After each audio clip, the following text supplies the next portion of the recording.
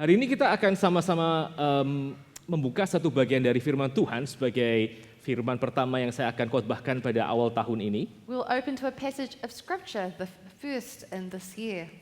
Mari kita sama-sama melihat dari Matius pasal yang ke-25 ayat pertama sampai 13. Let us look at Matthew chapter 25, verses 1 to 13. Satu parable, satu perumpamaan yang sangat terkenal sekali. It is such a famous parable, Yang saya pikir ini merupakan satu parable yang sangat baik untuk kita renungkan. and it is a good parable for us to meditate upon Sebagai satu message dari Tuhan di dalam awal tahun ini. as a message from God in this in the beginning of the year. Matius pasal ke-25 ayat 1 sampai 13. Matthew 25, verses 1 to 13. Saya akan bacakan di dalam bahasa Indonesia, nanti Vinka bacakan di dalam bahasa Inggris. I'll read it for you in English, and then the interpreter will follow in Indonesian. Pada waktu itu, hal kerajaan sorga seumpama 10 gadis yang mengambil pelitanya dan pergi menyongsong mempelai laki-laki. 5 diantaranya bodoh dan 5 bijaksana. Gadis-gadis yang bodoh itu membawa pelitanya tetapi tidak membawa minyak. Sedangkan gadis-gadis yang bijaksana itu membawa pelitanya dan juga minyak dalam buli-buli mereka. Tetapi karena mempelai itu lama tidak datang-datang juga, mengantuklah mereka semua lalu tertidur. Waktu tengah malam terdengarlah suara orang berseru, "Mempelai datang, songsonglah dia." Gadis-gadis itu pun bangun semuanya lalu membereskan pelita mereka. Gadis-gadis yang bodoh berkata kepada gadis-gadis yang bijaksana, "Berikanlah kepada kami sedikit dari minyakmu itu, sebab pelita kami hampir padam." Tetapi jawab gadis-gadis yang bijaksana itu, "Tidak, nanti tidak cukup untuk kami dan untuk kamu. Lebih baik kamu pergi kepada penjual minyak dan beli di situ." Akan tetapi waktu mereka sedang pergi untuk membelinya, datanglah mempelai itu dan mereka yang telah siap sedia masuk bersama-sama dengan dia ke ruang perjamuan kawin, lalu pintu ditutup. Kemudian datang juga gadis-gadis yang lain itu dan berkata, "Tuan, Tuan, bukakanlah kami pintu." Tetapi ia menjawab, "Aku berkata kepadamu, sesungguhnya aku tidak mengenal kamu, sebab itu berjaga-jagalah, sebab kamu tidak tahu akan hari maupun akan saatnya." Demikian firman Tuhan. Then the kingdom of heaven will be like 10 virgins who took their lamps and went to meet the bridegroom. 5 of them were foolish, and 5 were wise. For when the foolish took their lamps, they took no oil with them, but the wise took flasks of oil with their lamps. As the bridegroom was delayed, they all became drowsy and slept. But at midnight there was a cry, "Here is the bridegroom, come out to meet him." Then all those virgins rose and trimmed their lamps. And the foolish said to the wise, "Give us some of your oil, for our lamps are going out." But the wise answered, saying, "Since there will not be enough for us and for you, go rather to the dealer and buy for yourselves." And while they were going to buy, the bridegroom came, and those who were ready went in with him to the marriage feast, and the doors were shut. Afterward, the other virgins came also, saying, "Lord, Lord, open to us." But he answered, "Truly I say to you, I do not know you. Watch therefore, for you know neither the day nor the hour." Mari kita sama-sama tunduk kepala, kita masuk di dalam doa. Let us bow our heads and pray. Lord Jesus, thank you that you have gathered us here. Please speak to us so that we may know who we are before you. Thank you, Lord. We pray that the beginning of this year will be also the beginning of our new chapter of life, knowing you even deeper. Thank you, Lord Jesus. Please bless your servant that would speak, and bless all your congregations that are ready to listen to your message. In Jesus' name we pray. Amen. Amen.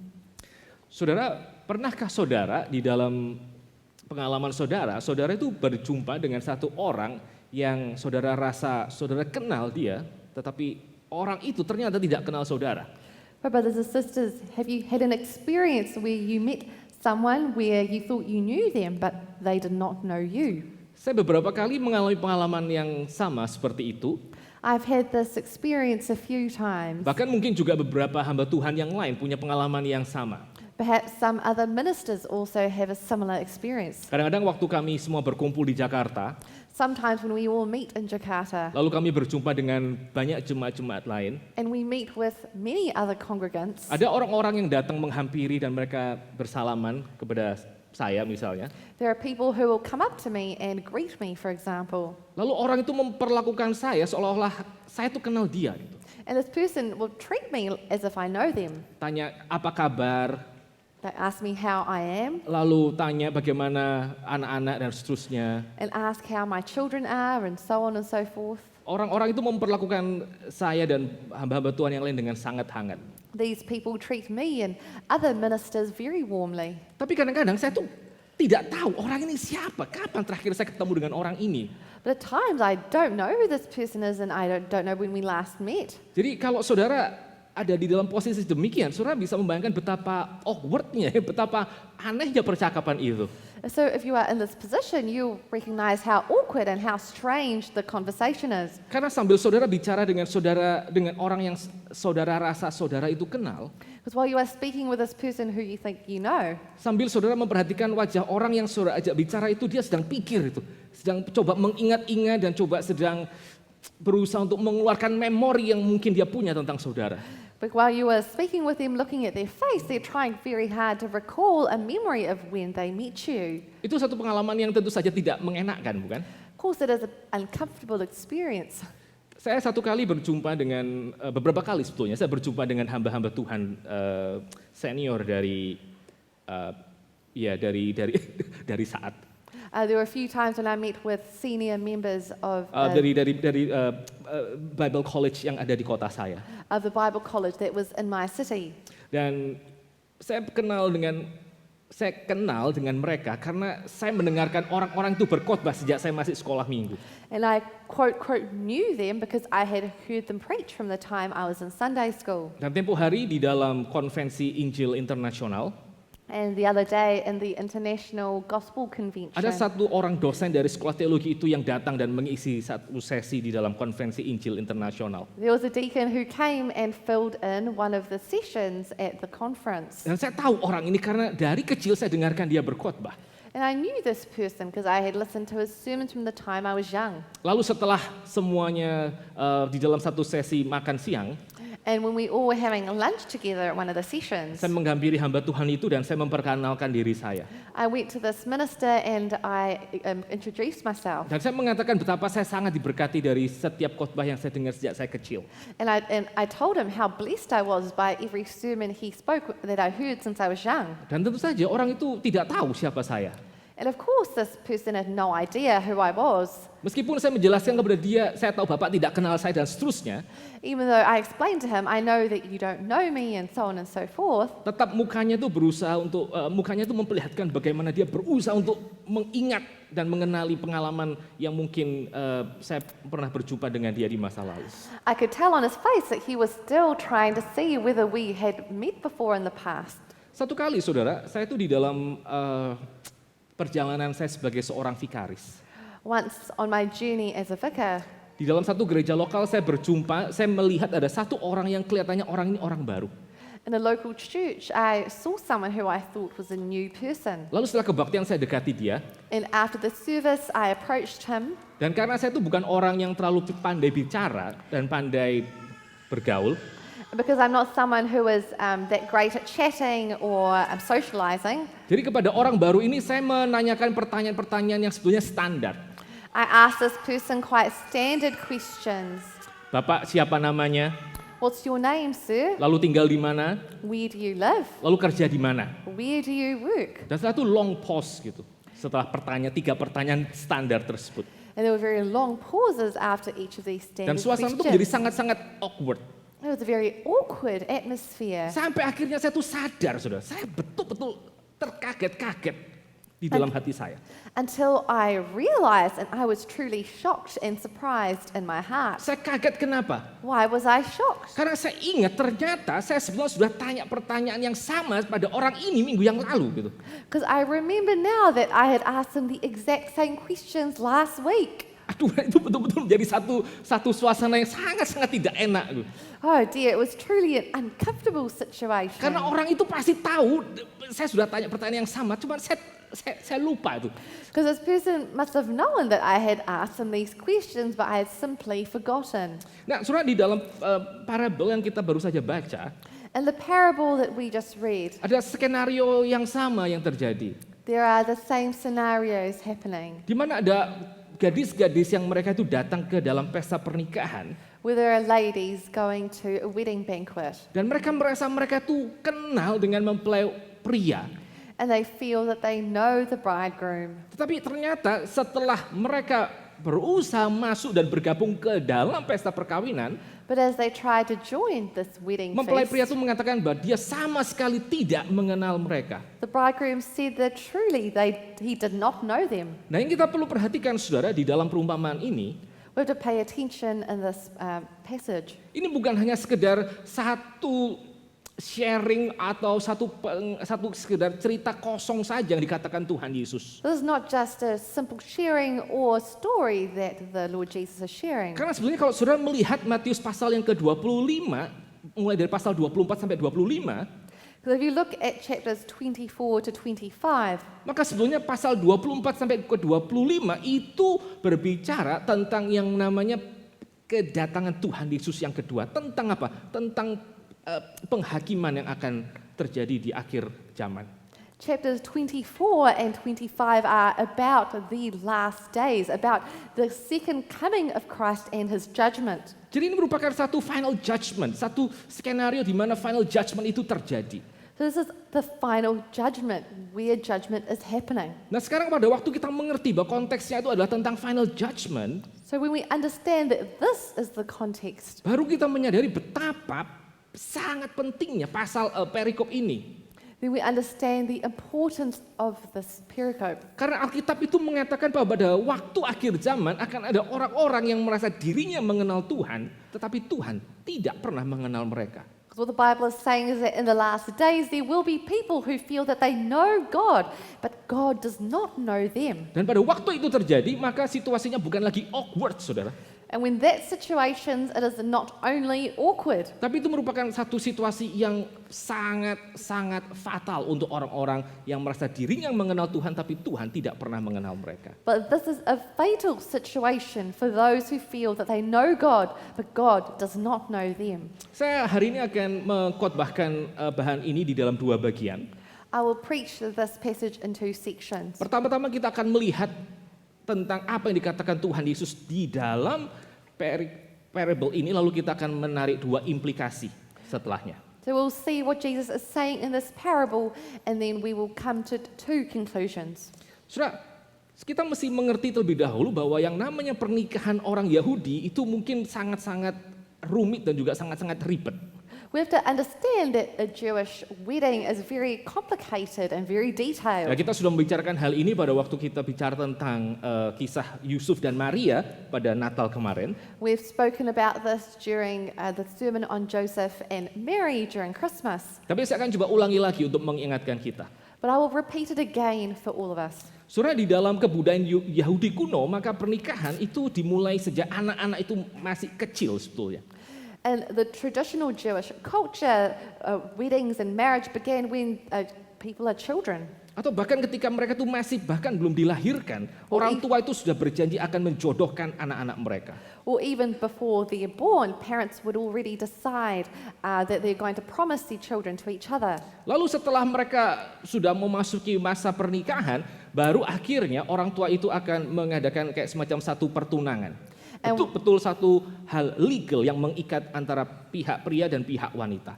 And when they enter into the time for a wedding ceremony, then there will be a formal and legal engagement procedure. Dan baru setelah itu mereka akan menikah.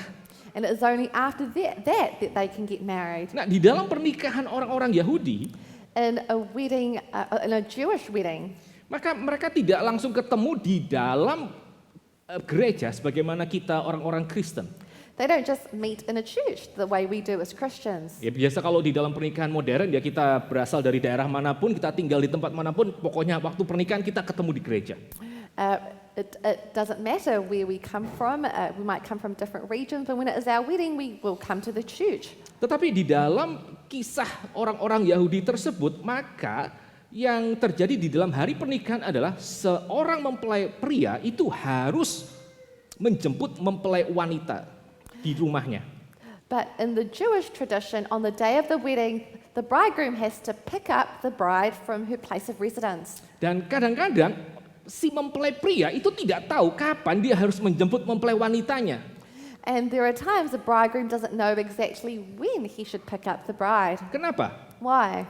Ada beberapa kemungkinan kenapa mempelai pria itu tidak bisa langsung memberitahu waktu yang tepat untuk menjemput mempelai wanita. There are a few scenarios where the bridegroom might not know the exact time at which he should pick up the bride. Karena kadang-kadang ayah dari mempelai pria itu harus memastikan terlebih dahulu bahwa yang namanya wedding chamber atau kamar pengantinnya itu sudah siap. And that is because the groom's father might still need to check that the chamber for their wedding night is all prepared. Jadi kalau ayahnya itu mengatakan ini belum siap, maka si mempelai pria tidak bisa menjemput calon istrinya. If the father has not said that this chamber is ready, the bridegroom can't come to pick up the bride. Jadi kapan dia menjemput calon istrinya itu menjadi satu hal yang tidak bisa ditentukan. And so the time of picking up his wife is not a guaranteed time. Itulah kenapa Tuhan Yesus itu pernah mengatakan, That is why Jesus has said before, kapan dia akan datang kembali itu tidak ada satu orang yang tahu, hanya Bapa yang tahu. there is not a single person who knows the time of his return. Only the Father knows. Karena di dalam cara pikir orang Yahudi, maka adalah sang ayah mempelai pria yang menentukan kapan anaknya akan menjemput mempelai wanita. That is because in Jewish tradition, it is the father of the groom who determines the time at which the bride is picked up. Nah, itulah kenapa Tuhan Yesus juga mengatakan di dalam Injil Yohanes bahwa pada waktu dia sudah selesai menyiapkan segala sesuatu di rumahnya, maka dia baru akan datang menjemput para muridnya. That is why in the Gospel of John, Jesus also says it is only when his mansions are ready that he will come to pick up Nah, itu his hal pertama apostles. yang menyebabkan kenapa dia mungkin terlambat menjemput mempelai wanitanya. This is the first scenario in which he might be late in picking up the bride, Karena ayahnya belum mengatakan ini waktunya. because his father has not said that this is the time. Lalu hal yang kedua yang juga sangat mungkin terjadi adalah pada waktu dia tiba di rumah mempelai wanitanya, But the second scenario is that when he arrives at the bride's house, maka urusan mas kawin itu belum beres. the matters of the wedding have not been completed. The dowry itu. Oh, the dowry. Mas kawinnya itu masih belum beres. Ini mau dikasih berapa untuk mengambil anak ini kepada dirinya. The dowry for the wedding has not been sorted. How much should be given in exchange for the bride? Nah, sebelum itu kemudian dibereskan, maka dia tidak bisa mengambil wanita itu untuk datang kepada rumahnya. And before this is dealt with, he cannot bring this bride into his home. Dan banyak sih lagi beberapa hal-hal yang lain. And there are also some other matters. Seperti kadang-kadang seorang mempelai pria itu harus menunggu sampai misalnya ada bulan purnama yang cukup terang untuk dia boleh berjalan menjemput mempelai wanitanya. For example, the groom might have to wait for a bright full moon before they can pick Nah, up pada the waktu bride. mempelai prianya itu menjemput mempelai wanitanya, dia akan diiringi oleh beberapa groomsmaid, Groomsmen, ya, diiringi oleh beberapa pengiring pria. And when a bridegroom comes to pick up his bride, he often is accompanied by some groomsmen. Nah, lalu pada waktu dia tiba di rumah mempelai wanitanya, orang tidak tahu hari itu jam berapa dia akan tiba, And when he arrives at this bride's house and nobody knows the exact day or maka di hour, sana sudah ada menunggu beberapa bridesmaid. there will be several bridesmaids waiting. Dan setelah semuanya beres, maka semuanya akan berjalan pergi ke rumah mempelai pria dan mereka akan berpesta 7 hari di sana. And after all is prepared, then they will go to the bridegroom's house and party for 7 days. Jadi saudara, Tuhan Yesus pada waktu dia mengatakan akan kedatangannya yang kedua, dia mengambil kisah sesuatu yang sangat-sangat kultural yang terjadi di dalam kebudayaan orang-orang Yahudi. So when Jesus is speaking of the story, he is taking something very cultural in the Jewish tradition Tentang kedatangan mempelai pria yang orang tidak tahu kapan dia akan datang. about the coming of the bridegroom who nobody knows the time of. Tapi di sini Tuhan Yesus mengatakan bahwa kita harus menjadi orang yang bijaksana. But Jesus is saying we have to be wise people. Saudara, pada waktu saudara melihat di dalam Matius pasal yang ke-25, When you see in Matthew chapter 25, saudara melihat ada satu masalah besar di sana. there is an issue here. Ada satu masalah besar, yaitu apa? 10 orang anak darah itu, 10 orang bridesmaid itu, mereka dari luar kelihatannya sama. There is a big problem here. When we look at the 10 bridesmaids from the outside, they are the same. Mereka semua menggunakan pakaian yang sangat indah pastinya. I'm sure they're all wearing beautiful clothes. Mereka semua tuh mengharapkan kedatangan mempelai pria dan mereka mengharapkan mereka ada di dalam pesta pernikahan itu. They're all awaiting the coming of the bridegroom and all hope to be invited to the wedding. Semuanya tuh sama di luarnya. They are same externally. Dan itu seperti mereka tuh sudah sangat mengenal yang namanya mempelai pria tersebut. And it is as if they know the bridegroom very well. Nah ini masalahnya saudara. Semua di antara 10 anak darah tersebut mereka kelihatan sama dari penampilan luarnya. And that is the problem. These 10 women look exactly the same externally. Mereka mempersiapkan lentera itu, mereka mempersiapkan lampu itu untuk menyambut mempelai pria. They have prepared the torches to greet the bridegroom. Mereka sama-sama mempersiapkan dan mereka sama-sama hadir di sana. They have all prepared together and they are all waiting in the same place. Tetapi pada waktu saudara melihat di antara 10 orang anak darah yang dari luar kelihatannya sama itu, But when you observe these 10 bridesmaids who look the same on the outside, maka apa yang nampak sama dari luar itu akhirnya diuji pada waktu mereka harus menantikan kedatangan mempelai pria yang tidak segera tiba. this is judged, this is evaluated when they are waiting for the bridegroom to come at an hour which they don't know. Nah, orang-orang Yahudi hari itu pada waktu mereka mengadakan pesta pernikahan kebanyakan ada di malam hari. Jewish people at that time mostly had their wedding ceremonies at night. Nah, Alkitab itu tidak mengatakan apa yang menyebabkan si mempelai pria itu datang dengan sangat-sangat lambat. The Bible does not say why the bridegroom came so late. Ya, seperti yang tadi kita sempat bicarakan, mungkin ayahnya mengatakan masih perlu banyak hal yang harus dibereskan di dalam wedding chamber, di dalam kamar pengantin yang dimiliki oleh si anaknya ini. Perhaps it was the father who said that things are not yet prepared in the wedding chamber. Atau mungkin ada hal-hal lain yang perlu dibereskan. Or perhaps there were other things that had not been sorted. Tapi kedatangan mempelai pria itu dinyatakan dengan sangat-sangat lambat sampai akhirnya semua orang itu ketiduran. But the coming of the bridegroom came so late that everyone fell asleep. Nah, pada waktu mempelai pria itu tidak kunjung datang dan orang yang menantikan sudah sangat-sangat lelah dan akhirnya mereka tertidur. When the bridegroom came so late that everyone waiting got tired and slept. Alkitab mengatakan mendadak ada satu orang yang mengatakan sekarang mempelai pria sudah di dalam perjalanan untuk tiba. The Bible doesn't say that there was anyone to give the message that the bridegroom's on his way. Nah, di dalam delay yang sangat-sangat panjang itu, And in this very long delay, baru Alkitab mengatakan ternyata ada 5 orang dari 10 orang yang nampaknya sama yang mereka menyiapkan minyak dan ada yang tidak. and the Bible says that there were 5 women who prepared oil and 5 who did not. Dan mereka menyadari orang-orang yang disebut sebagai orang-orang yang tidak menyiapkan minyak itu anak-anak gadis darah yang bodoh itu. And they recognized that these 5 virgins who did not prepare oil were foolish. Kalau mereka itu hanya mengandalkan lentera yang sedang mereka bawa, mereka mungkin tidak akan keburu untuk akhirnya mengiringi mempelai pria dan mempelai wanita itu masuk dalam rumahnya dengan lentera yang masih menyala. If they had not prepared their torches properly, they would not be able to accompany the bridegroom with these lit torches as he picked up his bride. Dan kalau orang hari itu mengiringi jalannya mempelai pria dan wanita tanpa membawa lentera, And if people at that time accompanied the bridegroom and the bride without lit torches, mereka dia akan dianggap sebagai orang-orang yang numpang pesta secara ilegal gitu. they would be seen as people who were crashing the party illegally. Ya, saudara kan seringkali ya kadang-kadang bercanda gitu ya. Kadang-kadang kalau anak-anak kos masih mahasiswa itu mengatakan, There are sometimes the university students who are flatting my joke. kalau kita tuh Sabtu malam gak ada makanan, mending kita pakai baju yang bagus, lalu coba cari-cari putar-putar di keliling kota, di mana ada pesta pernikahan, lalu kita masuk. If we don't have food, we should just wear really nice clothes, go around the city and look for weddings to crash, Supaya kita dapat makan gratis di sana. so we can get free food at the wedding. Karena toh orang tidak mungkin mengusir kita kan. Because this person wouldn't chase us away, Karena itu akan menjadi satu hal yang memalukan. because this would be an embarrassing thing.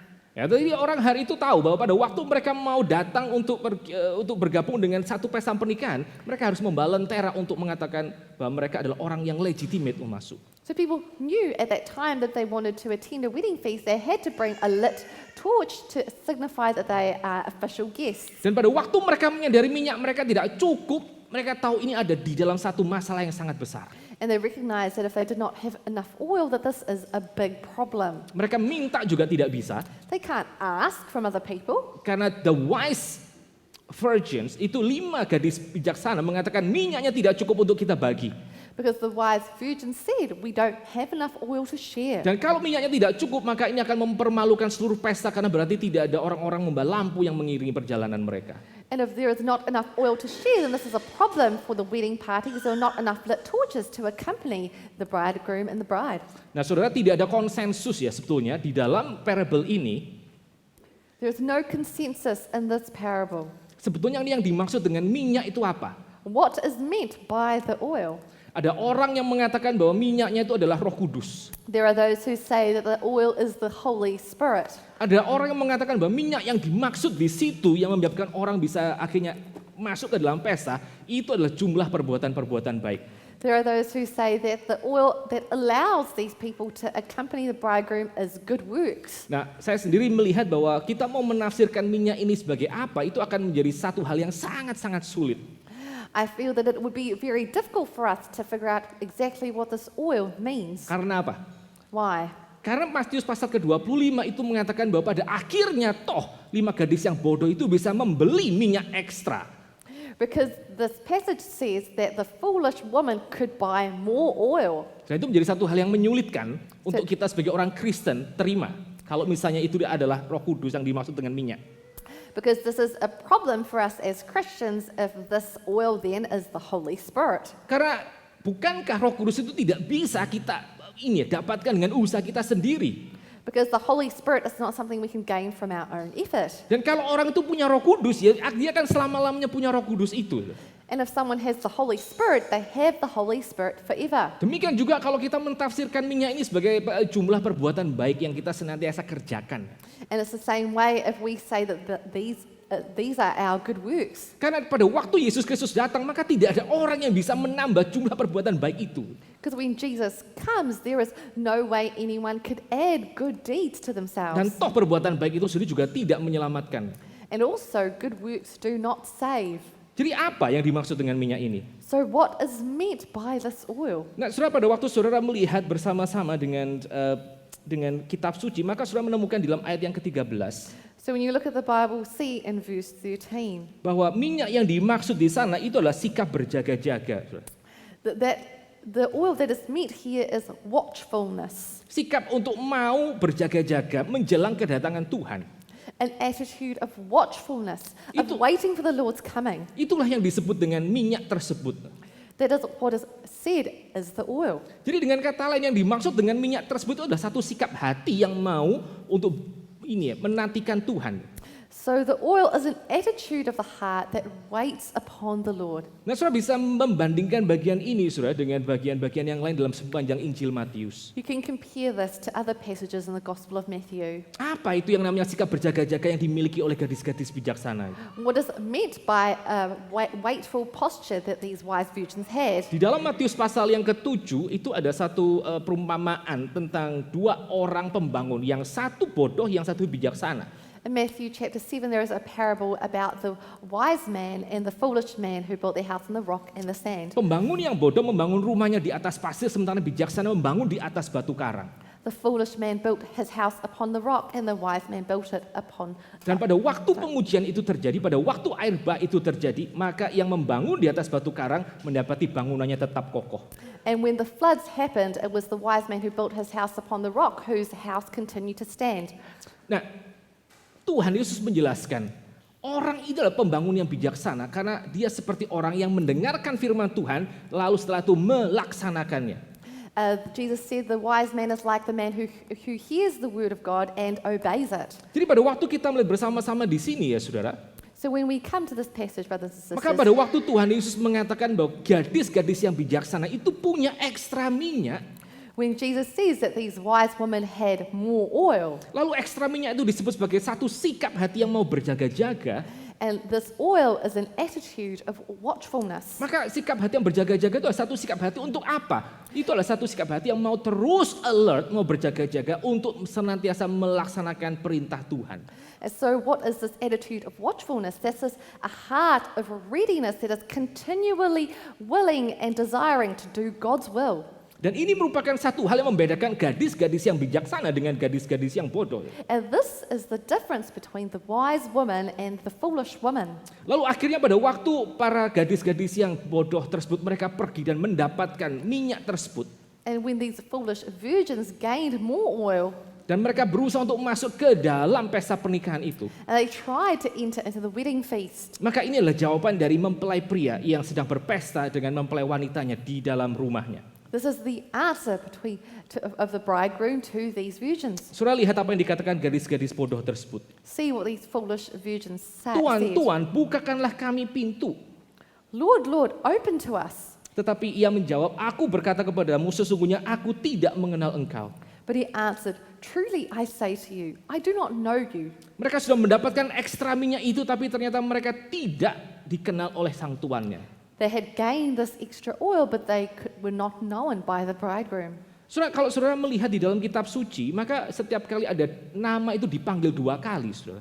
If you look in the Bible, every time a name is mentioned twice, Maka panggilan 2 kali itu menghadirkan ada satu intimacy sebetulnya. calling someone twice means that there is a level of intimacy there. Seperti pada waktu Abraham akan mempersembahkan Ishak, maka malaikat Tuhan itu menahan Abraham. For example, when Abraham was about to sacrifice Isaac and the angel of the Lord stopped Dan him. malaikat itu mengatakan, Abraham, Abraham. And the angel says, Abraham, Abraham. Karena malaikat itu mengenal Abraham. Because this angel knows Abraham. Atau pada waktu Samuel itu mendengarkan namanya dipanggil 2 kali menjelang dia akan tidur. Or when Samuel hears his voice twice as he was going to Samuel sleep. lalu kemudian dia bangun dan dia berpikir adalah Imam Eli yang memanggil dia. Samuel. Then he woke up and thought that it was the priest Eli who called him. Atau misalnya pada waktu Elisa itu menyaksikan Elia diangkat ke surga, dia memanggil Elia, my father, my father. Or when Elisha witnessed Elijah ascending into heaven, he called him twice, Father, Father. Panggilan-panggilan seperti ini, saudara, nama yang sama dipanggil 2 kali itu menyiratkan intimasi. A name being called twice is a sign of intimacy. Jadi saudara bisa membayangkan pada waktu para gadis yang bodoh itu memanggil Tuhan, Tuhan, Lord, Lord. So Mereka pikir mereka itu kenal siapa tuannya. So you can imagine that when these foolish virgins said, Lord, Lord, they thought that they knew the bridegroom. Tapi inilah jawaban daripada tuannya, bahwa dia tidak mengenal mereka sama sekali. But the answer of the master is that he does not know them at all. Pintu itu tidak pernah dibuka untuk mereka. The door was never opened for Saudara, di them. dalam Injil Matius ada satu nasihat dari Tuhan Yesus yang sangat-sangat terkenal sekali. In the book of Matthew, there is advice from Jesus that is very famous. Mintalah, maka itu akan diberikan untuk engkau. Ask and it will be given to you. Carilah, maka engkau akan menemukannya. Seek and you shall find. Lalu ketoklah pintu itu, maka pintu itu akan dibuka untuk engkau. Knock and the door shall be opened unto you. Tetapi di dalam bagian ini, saudara, pada waktu para gadis yang bodoh itu terus mengetuk pintu, pintu itu tidak pernah dibuka untuk mereka karena waktunya itu sudah habis. But in this passage, when the virgins knocked upon the door, it was never open to them because the time had come. Dari luar itu kelihatannya sama They looked the same on the outside, antara gadis yang bodoh dengan gadis yang bijaksana. between foolish and wise women. Tapi realita di dalamnya itu membedakan mereka. But the reality inside is different. Gadis yang bijaksana disebut bijaksana karena apa? The wise women are called wise because Karena mereka menyiapkan minyak itu, they prepared the oil. dan mereka menyiapkan minyak itu karena apa? And why did they prepare the oil? Karena mereka betul-betul, saudara, mengenal mungkin karakter dari mempelai pria tersebut. Because they truly knew the character of this Mereka bridegroom. mengenal mungkin karakter dari ayah mempelai pria tersebut. They might have known the character of this groom's Mereka father. tahu semua situasi yang mungkin terjadi di antara kehidupan mempelai pria dan mempelai wanita tersebut sebelum mereka menikah. They might have recognized the many things that happened between the groom and the bride before this day. Dengan kata lain mereka betul-betul apa? Mereka betul-betul tahu dan mereka betul-betul dikenal oleh mempelai pria dan seluruh keluarganya. In other words, they knew and were truly known by the groom and the family. Itulah kenapa mereka akhirnya menyiapkan yang namanya ekstra minyak tersebut. And that is why they prepared this extra oil. Saudara, perumpamaan ini merupakan satu perumpamaan yang kita perlu perhatikan sebagai orang-orang Kristen. This is a comparison that we must pay attention to as Christians. Karena perumpamaan ini memperingatkan kepada kita Because this parable reminds us bahwa kita sebagai orang-orang yang merasa kita tuh mengenal Tuhan, that we as people who feel that we know the Lord, yang dari luar kelihatannya sama semua, who from the outside appear exactly the same. sama-sama kita pergi ke gereja, We go to church sama-sama often. melayani Tuhan. We serve the Lord together. Mungkin sama-sama terlibat di dalam begitu banyak hal dalam gereja ini. We are involved in many things in the church. Belum tentu semua yang kelihatannya sama di luar itu akhirnya juga punya kualitas yang sama di dalam. But it might not be that what looks the same on the outside has the same quality on the Dan inside. kita sebagai orang Kristen di dalam awal tahun ini, mari kita sama-sama memperhatikan hal ini, saudara. And we as Christians at the start of the year, let us pay attention to this. Dua hal yang kita perlu sekali lagi tarik sebagai pelajaran di dalam awal tahun ini. Two things that we have to take away as important lessons at the start of the year. Sekali lagi, saudara, kita mesti tahu bahwa seluruh parable ini itu bukan mau mengajarkan kepada kita bahwa yang namanya outward perfection itu adalah yang paling penting di dalam mengikut Tuhan. We must recognize that this parable is not teaching us that outward perfection is the most important thing in faith. Karena toh baik yang gadis bijaksana maupun gadis yang bodoh itu sama-sama tertidur.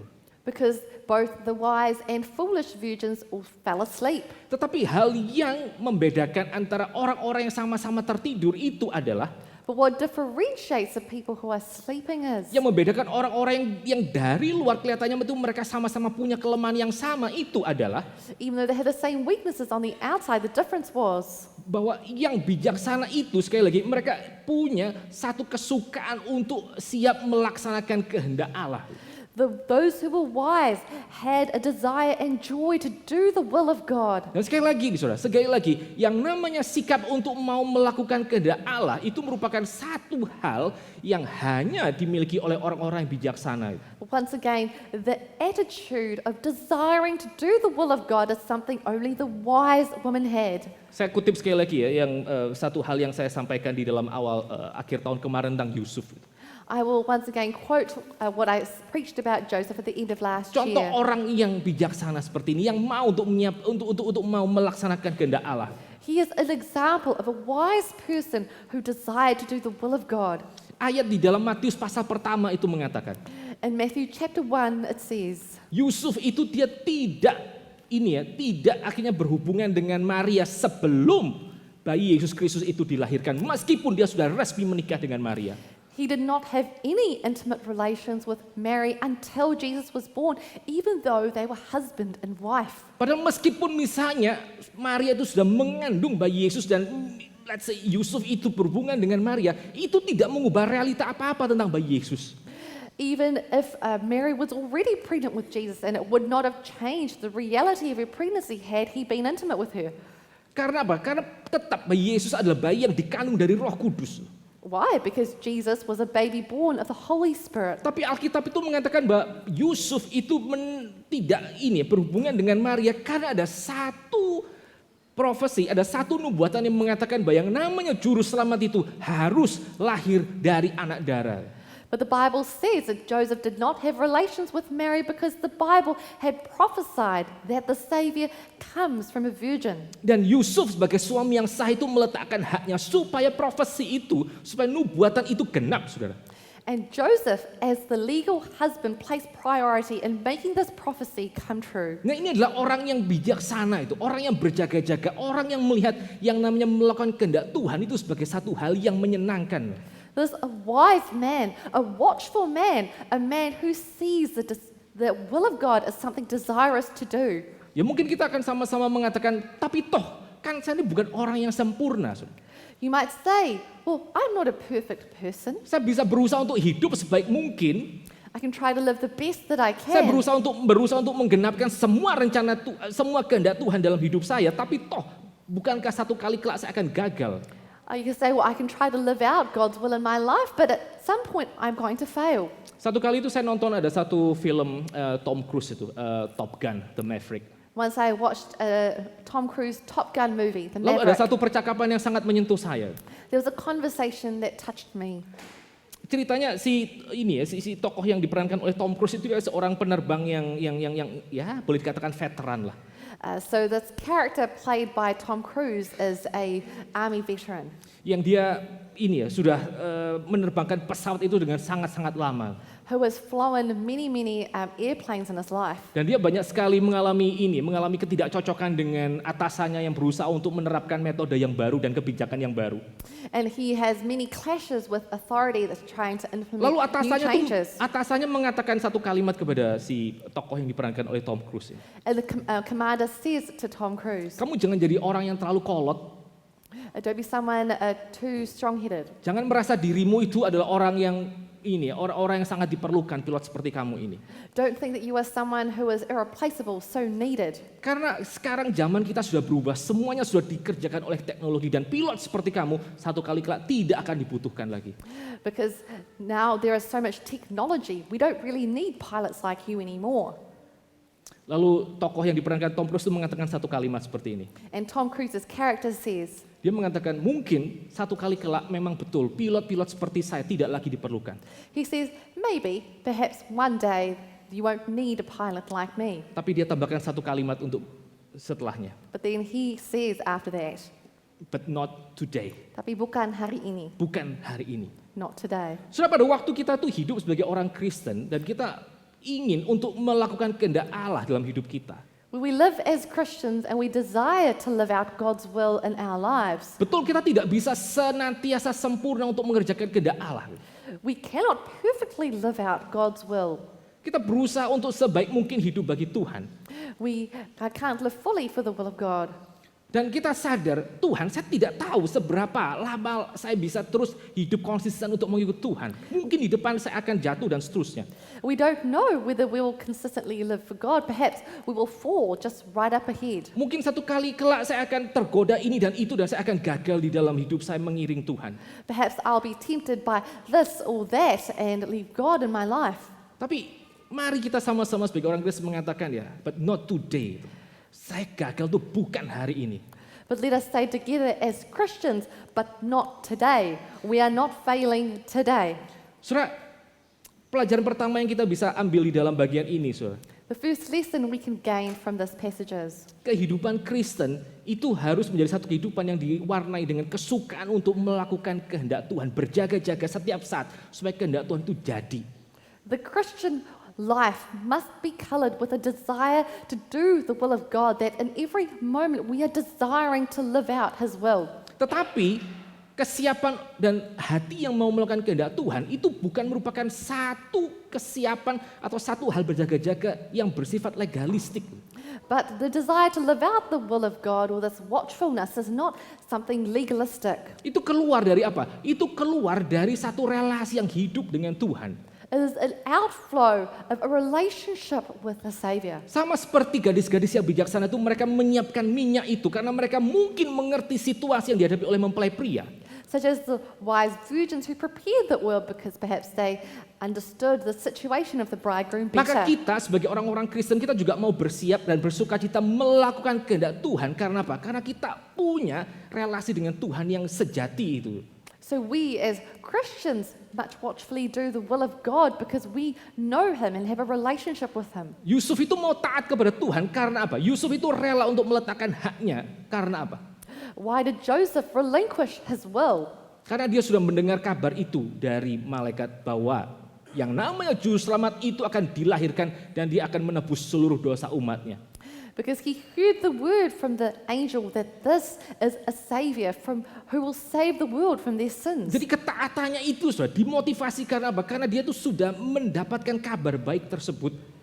So his obedience was motivated by the fact that he had already received good news. Kalau saudara punya anak-anak kecil atau saudara waktu mengingat zaman ketika saudara masih kecil, If you have young children, or perhaps you remember times when you were young yourself, ada waktu-waktu di mana waktu saudara itu berusaha untuk membangunkan anak saudara, saudara akan mendapatkan begitu banyak resistance. sometimes you try to wake up your children and you get so much resistance from them. Cepetan bangun pagi misalnya, lalu mandi, lalu kemudian pergi ke sekolah. Come on, you need to wake up, take a shower and go to school. Waduh, berat sekali. Oh, it is so difficult. Khususnya hari pertama di awal tahun ajaran gitu. Especially at the first day, at the start of the year for school. Tapi coba saudara ganti skenarionya. But change the scenario. Lalu saudara katakan kepada orang itu atau saudara pernah mengalami sendiri. Say to that person, or you've experienced this yourself, Bangun pagi lalu siapkan dirimu. wake up early and prepare yourself. Karena hari ini kita akan sama-sama pergi liburan atau kita akan nonton apa. Because today we're going to go for a holiday or go to watch something together. Sama-sama ada perintah yang diberikan. It's the same command that's been given. Tapi kesiapannya itu lain. But the preparedness is different. Sukacitanya itu berbeda pada waktu melaksanakan. The joy is different when we're doing it. Karena apa? Karena ada kabar baik di sana. Why? Because there is good news there. Karena ketaatan itu diberikan di dalam rangka kabar baik tersebut. Di dalam frame good news bahwa ada satu hal yang akan diberikan kepadamu, yang sudah diberikan kepadamu. Because this command is given in the context of good news that has been given or will be given to you. Demikian juga saudara, pada waktu tadi kita bicara bahwa minyak tersebut adalah minyak yang adalah kesiapan untuk melakukan kehendak Allah. Jangan lupa bahwa itu harus keluar dari apa? Dari relasi yang hidup. Karena kita tahu bahwa Allah itu mengasihi kita. When we speak of the oil being a desire to do the will of God, let us not forget that this comes from a relationship with the Lord because He loves us. Beberapa hari yang lalu saya baca satu artikel pendek itu di Instagram. A few days ago, I read a short article on Instagram. Lalu artikel itu membahas kenapa orang dewasa itu susah untuk punya teman. And this article is talking about why it was hard for adults to have friends. Ya saya rasa ini satu hal yang benar kan ya. I think this is true. Kalau saudara ingat ini teman-teman saudara, atau pengalaman-pengalaman berteman yang saudara pernah miliki dan saudara selalu ingat, If you think of your experiences and the friends that you've had, itu biasanya adalah pengalaman-pengalaman waktu saudara itu masih mungkin zaman-zaman SMP, zaman-zaman teenager, high school. these are probably relationships that you form when you were in intermediate or in high school. Bahkan di antara kita saya percaya ada orang-orang itu masih punya teman dekat dari sejak zaman masih primary school. Among us, I believe that there are some who might even have friends from primary school. Ya betul nggak? Is that right? Saya tanya ya, Let me seberapa ask you. dari kita yang punya teman baik dari kantor? How many of us have good friends from the office? Ada nggak? Betul good friends. Itu sama akrabnya kayak teman SMA saya. Pada waktu saya ketemu orang ini di kantor, ada nggak? Really and truly good friends, the same level of friendship that I have with my primary school friend. Jarang, saudara. It's very rare. Teman baik itu biasa didapatkan di dalam zaman-zaman sekolah, masa-masa sekolah. Good friendships are normally formed during school. Kenapa? Why? Lalu artikel itu mengatakan untuk orang itu punya betul-betul teman, untuk orang-orang itu punya satu suasana persahabatan. Itu ada 3 elemen yang harus dipenuhi. This article said that in order for people to be friends, there are 3 criteria that need to be fulfilled. Yang pertama itu adalah proximity, itu kedekatan secara fisik. The first is proximity, so physical closeness. Lalu selain kedekatan secara fisik itu juga yang disebut dengan repetition. The second is repetition. Bukan ketemu secara fisik hanya sekali, tapi terus-menerus diulang, direpetisi. Not just meeting physically once, but meeting over and over and over again. Nah lalu ketiga yang penting, kenapa orang akhirnya bisa punya teman, selain karena mereka di dalam fisik yang berdekatan, selain itu diulang berkali-kali, tapi yang ketiga juga karena mereka terlibat di dalam yang namanya spontaneous itu, unstructured relationship. And thirdly, other than proximity and repetition, this meeting has to be spontaneous or unstructured. Nah itu yang kita dapatkan dalam zaman-zaman sekolah. And this is what we get in school. Kita harus duduk dengan orang yang sama. We have to keep meeting the same people. Kita ketemu dengan orang yang sama di satu kelas selama 1 tahun misalnya. We meet the same person in the same class for the whole year. Ada proximity, saudara. We have proximity. Dan itu kita ketemu bukan hanya 1 hari, berhari-hari sepanjang tahun ajaran. And we don't just meet them for one day, we meet them over and over again. Dan pada waktu kita ada di dalam kelas, kita bisa ngobrol, kita bisa sharing, kita bisa ngomong apapun, curhat dengan sebebas mungkin. And when we're in class, we can meet and we can talk about whatever we want to. Unstructured and spontaneous interaksinya. It is an unstructured and spontaneous interaction. Itulah yang kita tidak dapatkan pada waktu kita sudah masuk ke dalam dunia kerja. That's what we don't get when we go to work. Karena tahu-tahu semua relasi tersebut Because in all of these relationships, akhirnya berpusat di dalam apa? what is it focused on? Semua relasi tersebut itu berpusat di dalam satu pertanyaan, apa yang saya bisa dapatkan dari orang ini? Because all of these relationships ultimately end on a question, what can I get from this person? Semua dipusatkan di dalam satu agenda. Everything is focused on this agenda. Bagaimana caranya saya bisa lebih baik daripada orang ini? How can I be better than this person? Dan kalau perlu, bagaimana caranya saya bisa meninggalkan orang ini And then how can I leave this person? dan pergi ke tempat yang lain? And how can I go to another place? Friendship itu perlu apa? Kedekatan fisik, Friendship requires close proximity, perlu repetisi, repetition, dan juga perlu relasi yang tulus, yang spontaneous. and a sincere, unstructured, spontaneous relationship. Nah, pada waktu kita tuh sebagai orang-orang Kristen, kita mau punya hati yang taat kepada Tuhan. When we as Christians desire to have an obedient heart to God, Dan kita mengharapkan ketaatan itu datang dari relasi yang sejati dengan Tuhan. and we hope that this heart comes from a genuine relationship with God, Maka kita perlu, saudara, betul-betul punya satu friendship dengan Tuhan. we must have a true friendship with God. Seberapapun yang namanya kebaktian minggu itu sangat penting. Even though the Sunday service is important, Tapi itu tidak akan cukup untuk menggantikan satu relasi yang hidup dengan Tuhan. it does not replace a living relationship Saudara with perlu God. proximity itu. Saudara perlu senantiasa hidup yang mau dekat dengan Tuhan. You must live in proximity. You must live a life of closeness Saudara with perlu God. kehidupan doa dan kehidupan saat teduh yang terus-menerus diulang-ulang. You need a prayer life and time in the Word that is repeated. Dan saudara perlu mengerjakan itu dengan hati yang spontan, yang betul-betul suka datang kepada Tuhan. You must do this with a spontaneous heart that desires to know God. Sekali lagi ya, minyak tersebut yang membuat mereka disebut sebagai gadis-gadis yang bijaksana adalah hati yang berjaga-jaga dan mau untuk melaksanakan kehendak Tuhan. Once again, this oil that we are speaking of is an attitude of watchfulness and of desiring to do the will of God. Dan minyak yang sejati itu, kesiapan untuk mau melakukan kehendak Tuhan, hanya bisa muncul kalau mereka itu betul-betul kenal dan mereka dikenal oleh sang mempelai pria. And this true oil, this desire to do God's will, can only happen when they know the groom and when the groom knows them. Itu poin yang pertama, saudara. That is the first point. Yang namanya parable ini itu mengingatkan kita bahwa pada waktu kita mengaku diri sebagai orang Kristen, apakah kita adalah orang-orang yang memang punya hati untuk melakukan kehendak Tuhan. This parable reminds us that if we say we are Christians, do we truly have a heart that desires to do God's Yang itu will? keluar dari relasi yang sejati dengan Tuhan. That it comes from a true relationship with God. Lalu bagian yang kedua sebagai satu ini ya, sekali lagi renungan kita di awal tahun, And bagian yang our- terakhir. And our second reflection today, Sekali lagi di dalam bagian ini kita diingatkan bahwa bahaya yang paling besar dari kehidupan Kristen in this passage we are reminded of the greatest danger in the Christian life. itu pertama-tama bukan temptation, Firstly, it is not temptation. juga bukan persecution, It is also not persecution. bukan cobaan dan bukan penganiayaan. It is not temptation or persecution. Tapi bahaya yang paling besar di dalam kekristenan itu apa? Itu adalah self deceit, penipuan diri. But the most dangerous thing in Christian spirituality is deceit, self-deceit. Kita merasa diri kita Kristen tapi kita tidak pernah dikenal oleh Tuhan. We think we are Christian, but we have never known Christ. Kita merasa kita mau melakukan kehendak Tuhan tapi itu keluar dari hati, bukan yang bersyukur tapi karena hati berpikir bahwa kita bisa mendapatkan perkenan Tuhan melalui perbuatan kita. We do the will of the Lord, but not out of a heart that is joyful, but out of a heart that is trying to earn God's favor. Tapi sebaliknya kalau kita tuh betul-betul tahu bahwa kita tuh dikenal oleh Tuhan, But if we truly know that we are known by God, maka yang namanya temptation dan persecution itu, saudara, yang namanya pencobaan dan penganiayaan itu temptations and so-called persecutions, itu merupakan dua hal yang kita bisa tanggung di dalam anugerah Tuhan. these are things that we can bear under God's grace. Tuhan Yesus juga dicobai.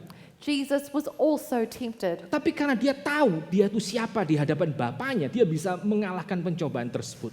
But because he knew who he was before his Father, he was able to defeat temptation. Kalau engkau adalah anak Allah, maka ubahlah batu ini menjadi roti.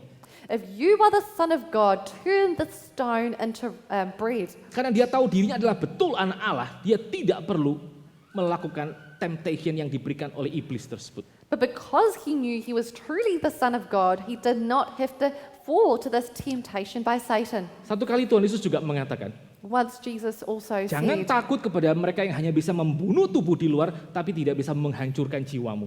do not be afraid of those who can destroy the body but not the spirit. Kita itu bisa menahan itu, persekusi. Kalau kita tuh tahu bahwa diri kita adalah diri yang dikenal oleh Allah. Gitu.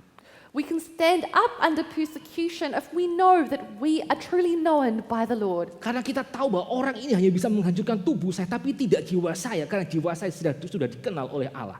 Because we know that this person can destroy my body, but not my soul, because I am known by God. Waktu kita tuh tahu diri kita siapa, waktu kita tuh betul-betul tahu bahwa kita tuh dikenal oleh Allah, kita bisa bertahan di dalam pencobaan. When we truly know who we are before God, we can stand under persecution.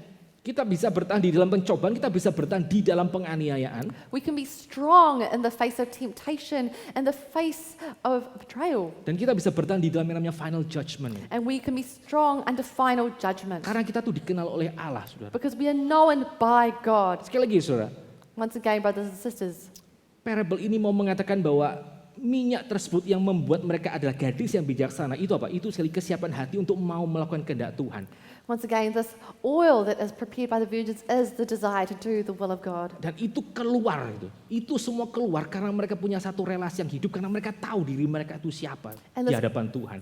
And this all came out because they know God and this comes out of their relationship with Him. Jadi pertanyaan hari ini adalah, apakah saudara itu tahu bahwa Tuhan Yesus itu mengenal saudara? So the question is today is, do you know that Jesus knows you? Apakah saudara itu betul-betul tahu di awal tahun ini bahwa saudara, hidup saudara itu milik Tuhan Yesus? Do you truly know at the start of the year that Jesus knows you? Ini bukan soal apakah saudara itu pernah dibaptis. This is not a question about whether you've been baptized before. Bukan soal apakah saudara itu sedang melayani saja. It's not a question about whether you're ministering. Tapi apakah saudara itu betul-betul milik Tuhan Yesus? But do you truly belong to Christ? Caranya bagaimana? Saudara lihatlah kepada salib. Look to the cross. Apakah saudara tahu kenapa Yesus Kristus itu tersalib di sana? Do you know why He was crucified? Kadang-kadang ya saudara, saya merasa bahwa ya tradisi doa di dalam kalangan Injili Sometimes, brothers and sisters, I feel that prayer in this evangelical tradition, siapa mau buka hati untuk terima Tuhan Yesus? who wants to open their hearts to Lalu kita receive pimpin Christ. orang itu berdoa. And we lead this person to pray. Kadang-kadang saya merasa itu doa yang tentu saja itu doa yang indah. Of course, this is a beautiful prayer. Tapi semakin lama saya itu melayani, saudara. But the longer that I serve, Dan semakin lama tuh saya share tentang salib Tuhan Yesus. and the more that I share about the cross of Christ, Kadang-kadang saya merasa doa tersebut itu doa yang sangat-sangat lemah. sometimes I feel this prayer is very weak. Siapa yang mau buka hati, mau terima Tuhan Yesus? Who wants to open their heart to Undang receive Tuhan Yesus Christ? masuk ke dalam hatimu. Invite hidupmu. Christ to come into your heart. Seakan-akan kita ini orang-orang yang seakan-akan Tuhan itu sedang mengetuk pintu hati kita di luar sana, lalu kita dengan sopan membukakan pintu hati kita dan menyilakan Tuhan masuk. As if God is politely knocking at the door of our hearts and we are the ones opening the door politely to Him. Kadang-kadang saya tuh ingin berdoa kepada Tuhan dengan cara yang berbeda. Sometimes I would like to pray in a different way. Mungkin bukan lagi minta orang itu untuk melembutkan hati, buka pintu hatinya dengan sopan, persilakan Tuhan masuk. Perhaps this is not about the person softening their hearts and opening the door gently to Christ. Tapi kadang-kadang saya tuh pingin untuk berseru kepada Tuhan. Tuhan jangan tunggu orang itu buka hati kepadamu. But sometimes I want to pray, Lord, don't wait for this person to open up the door of their heart. Just Just slam the door itu, just dobrak aja pintu hatinya dan masuk. Just break down the door of their heart and enter in. Gak usah tunggu orang itu buka, just tendang pintunya lalu silakan masuk dan silakan rampas seluruh isi di dalam rumahnya. You don't need to wait for this person to open the door. You just go in and take all the things in their heart. Karena bukankah itu yang Tuhan itu kerjakan untuk Paulus, saudara? Because is this not what the Lord did for Paul? Paulus itu kapan dia tuh membuka hati pelan-pelan dengan sopan mempersilakan Tuhan, silakan duduk dan silakan ini kuncinya silakan ambil.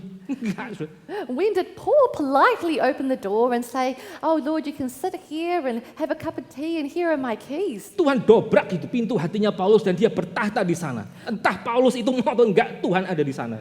The Lord broke down the door of his heart and he was enthroned there regardless of Paul's will. Itu juga yang menjadi pengalaman hidupnya C.S. Lewis pada waktu dia bertobat jadi Kristen. It is also the experience of C.S. Lewis when he Malam repented. itu, kata C.S. Lewis, aku menjadi orang Kristen yang paling reluctant untuk menerima Tuhan itu sebagai juru selamatku, kata C.S. Lewis. That night I was the most reluctant Christian to accept Christ. Terpaksa terima Tuhan Yesus. I was forced to accept Christ. Karena Tuhan itu sudah dobrak hatinya. But God had broke down his Itu heart. juga yang terjadi misalnya di dalam kehidupan kita, bukan di dalam kehidupan saya.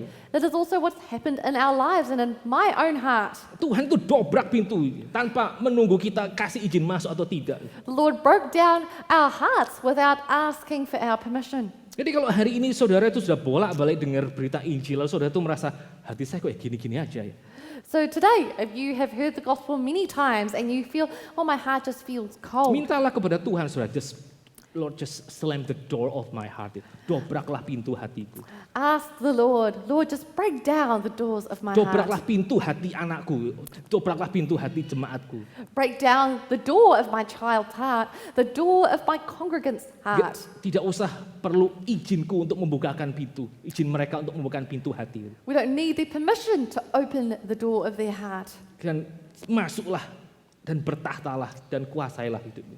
Enter in, be enthroned, and be Lord of their lives. So, saudara, biarlah kiranya apa yang kita bisa belajari dari parable ini boleh menjadi satu message buat kita pada awal tahun ini. May what we learn from this parable encourage us at the start of the year. Untuk kita jangan puas dan jangan bersantai-santai pada waktu kita pikir hidup saya di luar itu sama seperti orang-orang Kristen yang lain. Alkitab bilang tidak. For us to not feel complacent when we think that our lives on the outside look just the same as every other Christian. Tanda orang yang bijaksana yang betul-betul milik Tuhan adalah mereka itu punya hati untuk mau melaksanakan kehendak Tuhan. It's the sign of the wise person who truly knows God is that they desire to do His will. Mungkin satu kali akan gagal, but not today, not this second. Saya tidak mau gagal. But then they might fail one day, but not today, not this second. Dan itu semua flowing dari apa? Itu semua mengalir dari satu kesadaran bahwa saya ini sudah betul-betul milik Tuhan. And this comes from a recognition that I truly know God. Saya sudah dikenal Tuhan. I am known by the Lord. Minyak yang saya bawa ini adalah minyak karena saya mengenal siapakah Tuhan. Dan saya dikenal oleh Tuhan. I bring this oil because I know who God is and He knows me. Bukan minyak yang saya bawa karena saya ketakutan sebentar lagi saya akan ditolak. I don't bring this oil because I am afraid that I'm going to be Biarlah kiranya ini boleh rejected. menjadi doa kita bersama pada tahun ini. May this be our prayer together this year. Mari kita sama-sama tunduk kepala kita masuk dalam doa. Let us bow our heads and pray. Lord Jesus, thank you for your voice. Thank you for the message, Lord. Please destroy our old life, Lord, and just build a new one for you. Thank you, Lord. Please take your throne in our hearts, Lord. Don't wait for our response because we know we are just too sinful to let you in, Lord. Please just slam the door of our life, slam the door of our hearts, and just be the masters of our soul, Lord. Thank you, Lord Jesus. This is our prayer in this beginning of the year, and may your name be glorified in our life and in our church. In Jesus' name we pray. Amen. Amen.